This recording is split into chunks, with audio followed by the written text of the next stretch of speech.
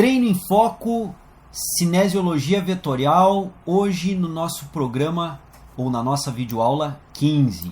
Hoje nós vamos trabalhar nesta videoaula uma análise vetorial da musculatura de peitoral menor. Já trabalhamos uma análise do peitoral maior e hoje é a vez, é o dia, é a videoaula do músculo peitoral menor. Acompanhe o vídeo, que será bem interessante.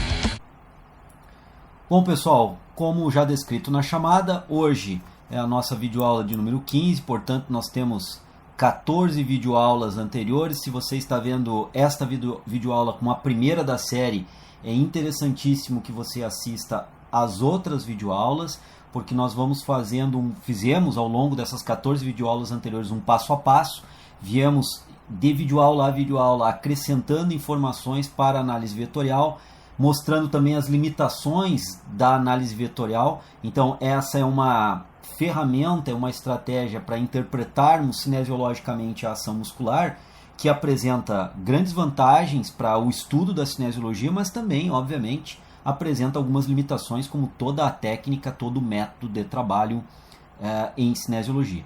Então aqui fica essas considerações, que vocês estudem então e assistam essas videoaulas anteriores, porque vários aspectos que eu não comentarei hoje aqui, porque eu já estou subentendendo que o seguidor Treino em Foco, que acompanhou até então todas as videoaulas dessa série, já domina essas condições, esses conhecimentos, então eu apenas aplico nessas videoaulas do momento, dessa videoaula de hoje, até as próximas, até encerramento da série. Bom, a partir disso, lembrando sempre que nós temos que buscar uma imagem o mais adequada possível, num plano adequado, então não um plano lateralizado, látero anterior como esse aqui, um plano completamente anteriorizado do boneco anatômico.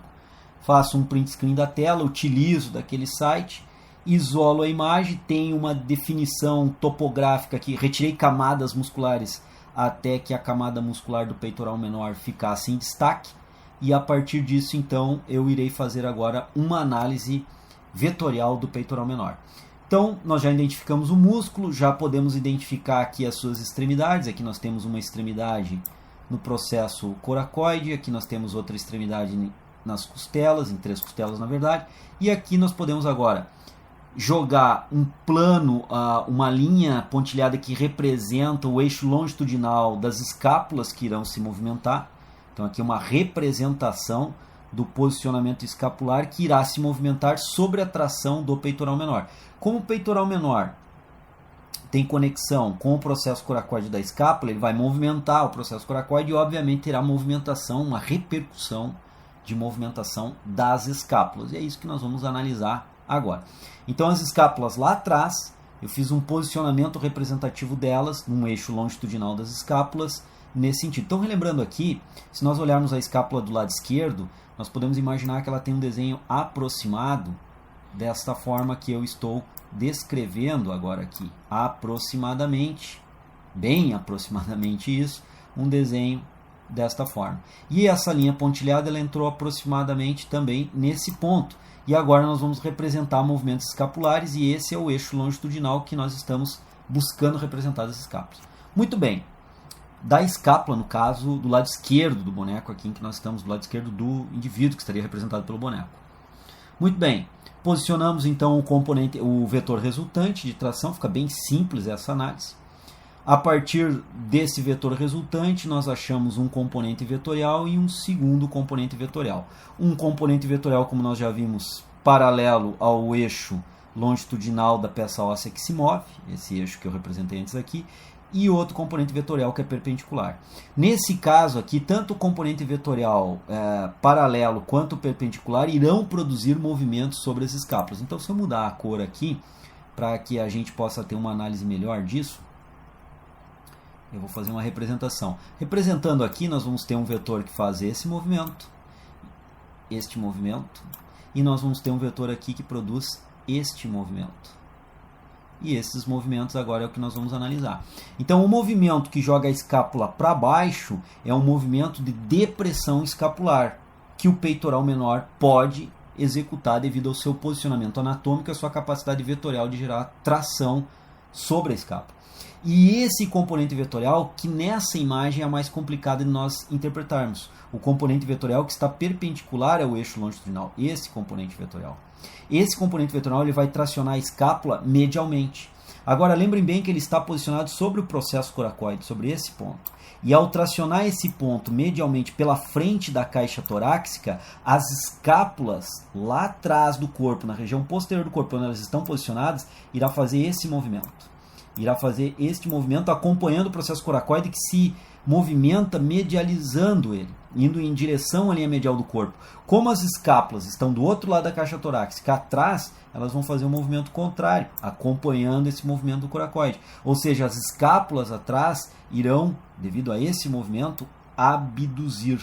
Irão fazer um movimento de abdução.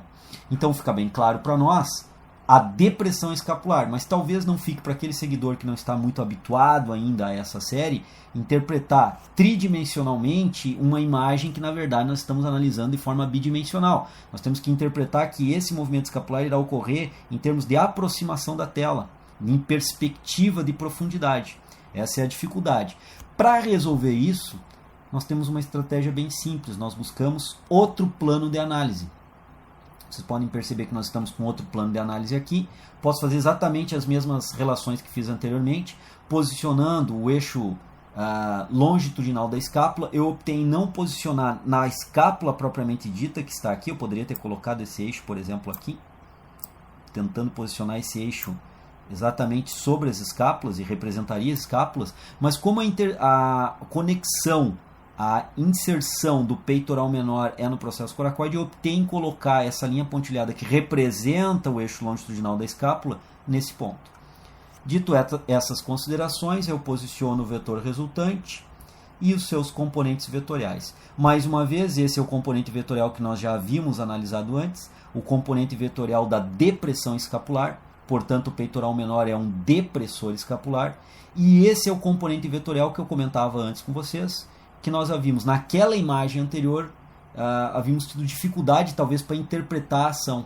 Agora aqui acredito que essa dificuldade seja menor, porque nessa circunstância o processo coracoide será tracionado para frente e obviamente as escápulas terão que acompanhar esse movimento, rodando sobre a caixa torácica para frente.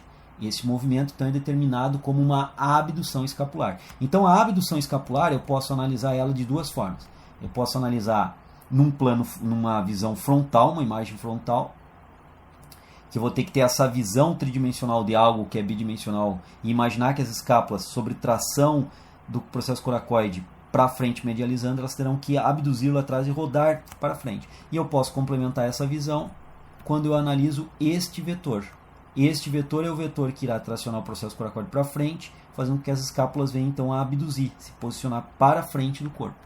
Então nós temos as duas funções básicas, ou movimentações básicas, produzidas pelo peitoral menor. Ele é um músculo depressor escapular e ele é um músculo que também tem forte ação na abdução escapular. Então todos os exercícios que tiverem resistência contra a abdução escapular, peitoral menor, por exemplo, irá atuar. Por exemplo, um supino.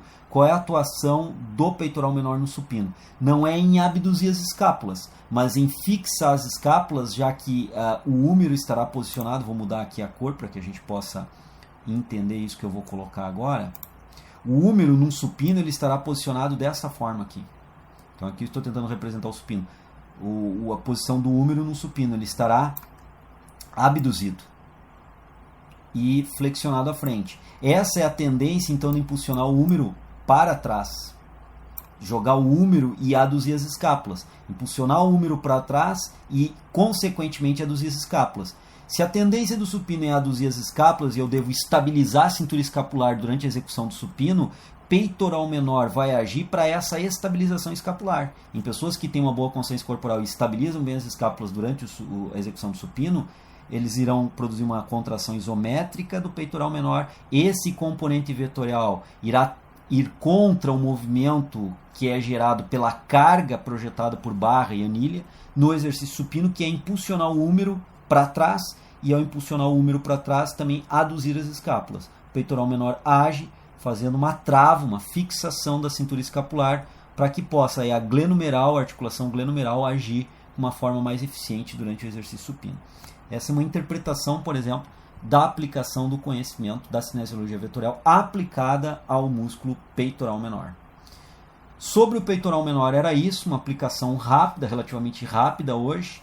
A série nós já abordamos vários outros grupos musculares, vale sempre a pena a revisão, você olhar novamente os outros grupos musculares, tirar algumas dúvidas caso existam, porque a partir de agora nós estamos só aplicando esse conhecimento sem muito detalhamento, porque já partimos do pressuposto que o seguidor Treino em Foco, que acompanhou a série até então, já domina bem esses conhecimentos. Por hoje era isso, pessoal. Um grande abraço. Até o próximo programa. Até lá. Sobre a escápula. No próprio desenho anatômico do boneco nós conseguimos identificar. E outra extremidade sobre a coluna vertebral nesse ponto. Terceiro item. Origem e inserção do músculo, que é exatamente o quarto item, que é o ponto móvel, que seria a inserção, e o ponto fixo, que seria a sua origem. Então nós temos o ponto fixo, os